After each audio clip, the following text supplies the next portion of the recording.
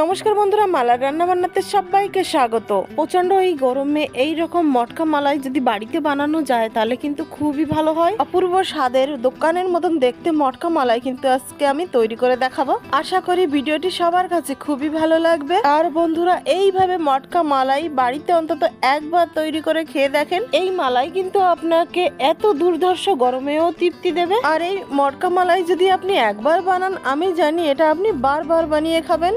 এটা বানানো তো খুবই সোজা আর এর স্বাদ যে অপূর্ব। তো চলুন বন্ধুরা, আজকে এই মটকা মালাই রেসিপিটা আমরা শুরু করি। তার জন্য আমি সবার প্রথমে নিয়ে নিচ্ছি একটা কড়াইতে আমি 4 চামচ চিনি দিয়ে দিলাম। চিনির পরিমাণটা কিন্তু আরেকটু বাড়িয়েও দিতে পারেন। এখানে আমি চিনিটা 4 চামচ দিয়েছি কারণ মিষ্টিটা আমি একটু কম খাই। মালাইয়ের ঠিকঠাক স্বাদ পেতে হলে 2 চামচ চিনি কিন্তু বাড়িয়ে দিতে পারেন, কোনো সমস্যা নেই।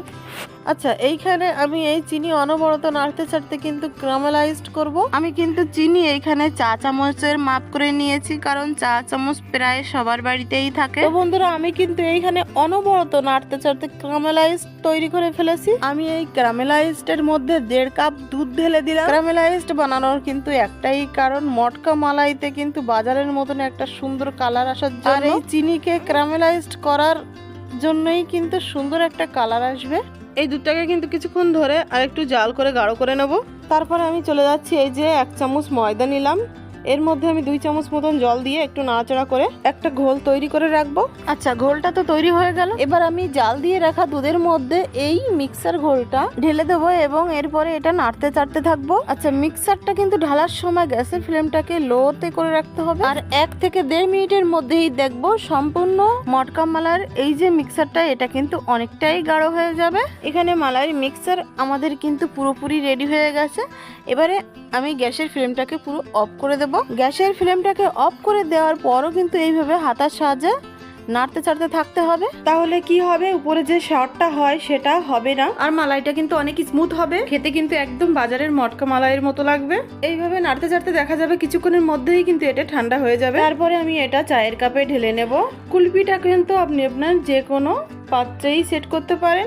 আমি মালাইটা 2 চায়ের কাপে জমাবো। আর এইভাবে কুলপির ব্যাটারটা আমি 2 কাপেই ভরে দেবো। তারপরে মুখে আমি একটা পেপার দিয়ে গার্ডার দিয়ে ভালো করে আটকে দেবো। 6 ঘন্টা ডিপ ফ্রিজে রেখে দিতে হবে জমানোর জন্য। 6 ঘন্টা পরে ফ্রিজ থেকে বের করে ফিরে আসলাম। কাপের মুখ থেকে পেপারটা সরিয়ে এইভাবে কাপের সাইড দিকে আমি একটু হাতে রাব করে নেব।